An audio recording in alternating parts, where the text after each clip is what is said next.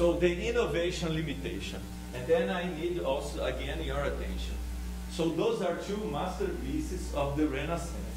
The first one, probably all of you know, is the David from Michelangelo. And the second one is the statue the sculpture that I most like.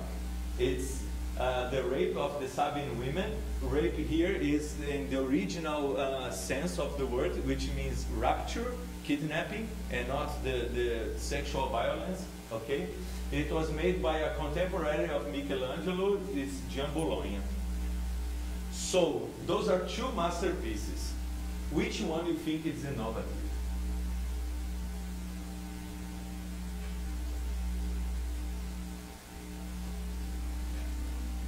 We don't have much time for you to think, okay? So I need a quick answer.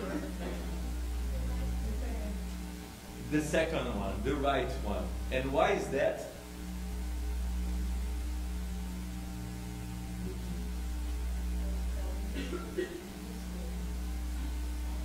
Oh, the David is also telling a history. It's a biblical character, okay, and it has a lot of history. Yes, that's it. So before the rape of the Sabine women, most statues, they had front and a back. Okay, so they had a right side to be admired. Oh, okay, the girls, they could go to the back side of David and admire his butt, but the main idea is to look to the front side of the image, of the sculpture. But this sculpture, it's in a spiral. It was the first sculpture that didn't have a front side to be admired.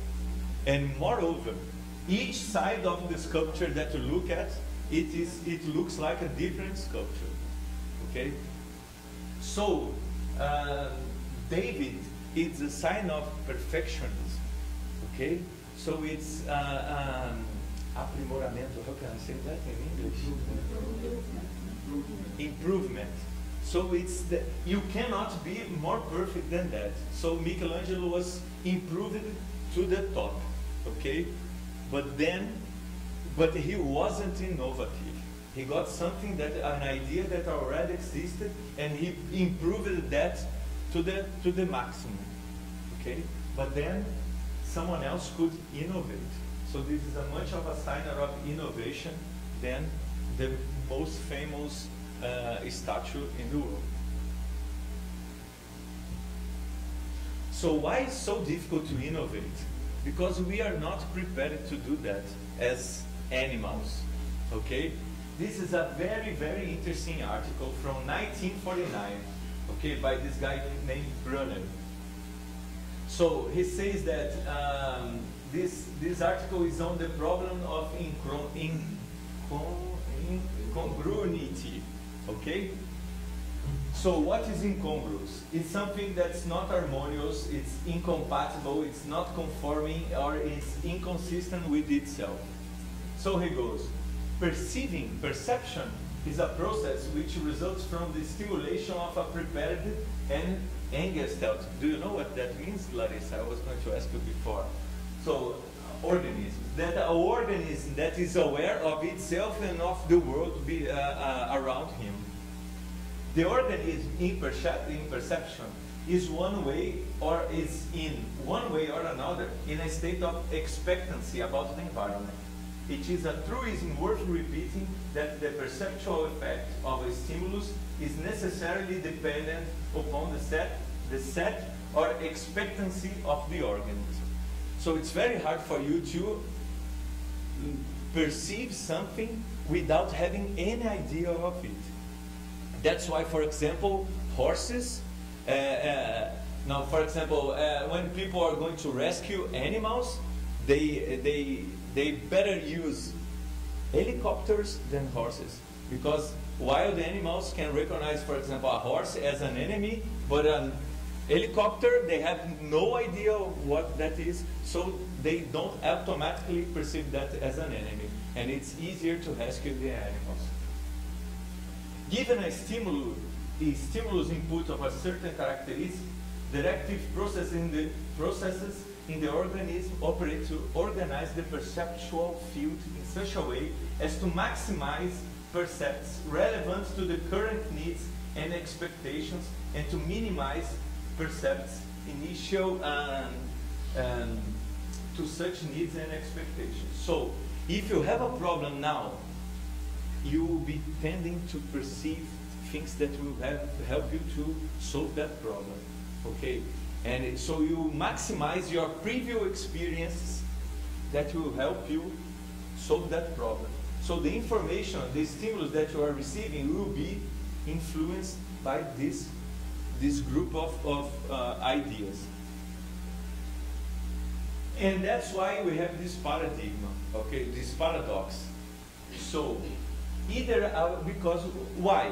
Because, okay, so if a wild animal perceives a horse as an enemy, but it doesn't perceive the helicopter as an enemy, if in the end the helicopter is an enemy, he better perceive it as an enemy, okay? So, what usually we do is that it's either a very sick organism or an overly motivated one, or a deprived of the opportunity to try and check, which will not give an expectancy in the face of a contradictory environment. Okay? So if you get contradictory information from the environment, you have to rethink it and to reach a new standard of understanding and of perception. Only if you are very sick and you cannot get the information properly, or if you are overly motivated and I tell you, okay, I want you to believe that you can breathe under the water. And of course, unless you are sick or deprived of the opportunity to go there and check, you're not going to believe it, okay? But if I tell you, I will give you $1 million if you think that's true, then I'm overly motivating you, okay? So many times people has these beliefs are motivated by, they are motivated, so those beliefs, they have a huge motivation. Nonetheless, for as long as possible, and by whatever means available, the organism will ward off the perception of the unexpected, those things which they do not fit into the prevailing sets. So this is a kind of resistance to the new. Of course, we are going to recognize the new, but if it's, we'll try very hard not to. Okay. So it was this article is relating a very interesting experiment that they showed the cards. They showed cards to many subjects, and for a very short interval of 30 milliseconds. But some of the cards were tricky cards. What does that mean? They changed the color or the shape of the what is it? Of the symbols.